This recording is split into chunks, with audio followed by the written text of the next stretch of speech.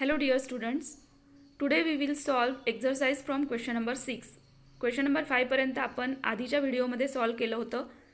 Here is the question. How does the short circuit form? What is its effect?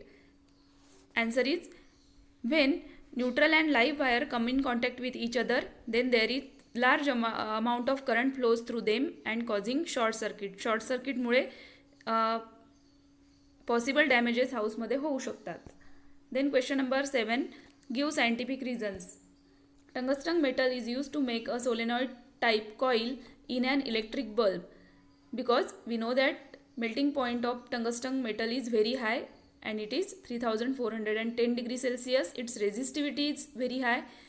That's why tungsten metal is used there. Then question number 2, in the electric equipment producing heat, example iron, electric heater, boiler, toaster, etc. An alloy such as nichrome is used, not pure metal. Nichrome हे मिश्र धातू heating इक्विपमेंट्समध्ये use केल्या जाते, परंतु शुद्ध धातू use केल्या जात नाहीत, कारण नायक्रोम अलॉयची रेझिस्टिव्हिटी ही हाय असते जी मेटल्सची नसते. Then question number 3, for electric power transmission copper और ॲल्युमिनियम वायर इज यूज्ड. आपल्याला माहिती आहे कॉपर आणि aluminium are good conductor of electricity.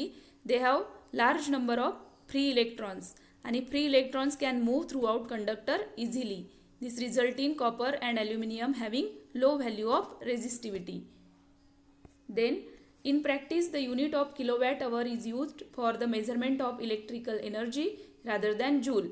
We know that joule is unit of energy but it counts very small quantity.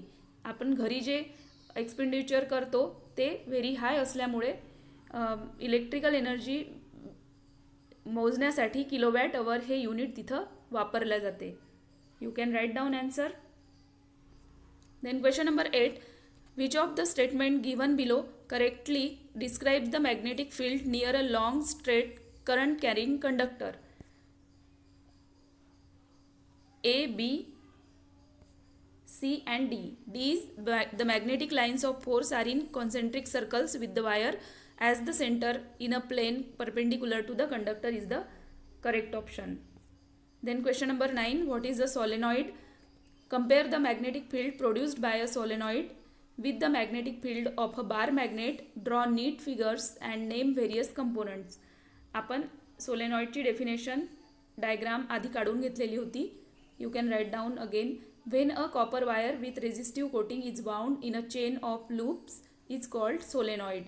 You can see that प्रत्येक भागाला नावं द्यायची आहेत आणि how it is works like a bar magnet. त्याचे जे दोन poles असतात ते साऊथ आणि नॉर्थ पोल सारखे ॲक्ट करतात. Then question number 10, name the following diagrams and explain the concept behind them. First, right hand thumb rule, Fleming's right hand rule. Thumb indicates motion of conductor, index finger indicates direction of magnetic field and middle finger indicates direction of the induced current. Then B number ची figure, Fleming's left hand rule. Thumb indicate force on the conductor, index finger indicate direction of magnetic field and middle finger indicate direction of current. Then identify the figures and explain their use. पहिली जी figure आहे ती आहे फ्यूजची आणि fuse is used in electric circuit to protect the electrical appliances from damaging due to the short circuit और overloading. Then MCB, miniature circuit breaker switches. It is also used in household. When a current in the circuit suddenly increases, this switch opens and stop the current आणि समोरचा जो damage आहे तो वाचू शकतो. Then it is DC generator. DC generator is used to convert mechanical energy into electric energy in the form of direct current. You can write down. Then next question number 12.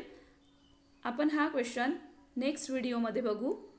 तोपर्यंत तुम्ही आज दिलेले पूर्ण प्रश्न तुमच्या बुकमध्ये लिहून घ्या आणि मला फोटोज पाठवा. थँक्यू.